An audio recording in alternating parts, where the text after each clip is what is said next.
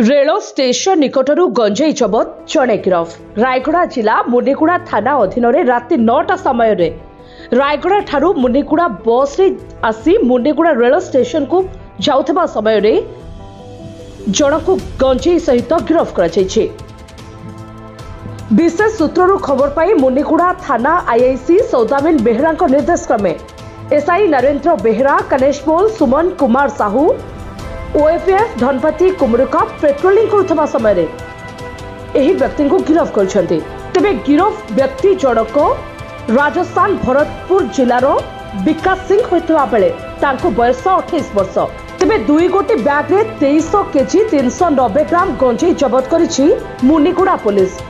यह बाहर राज्य को चालान करुवा पुलिस सूत्ररू जना पड़िछि।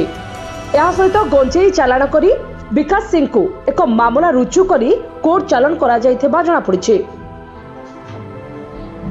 रायगड़ा जिलारू कृष्णचंद्र पाणिग्राही रिपोर्ट, प्रयाग खबर।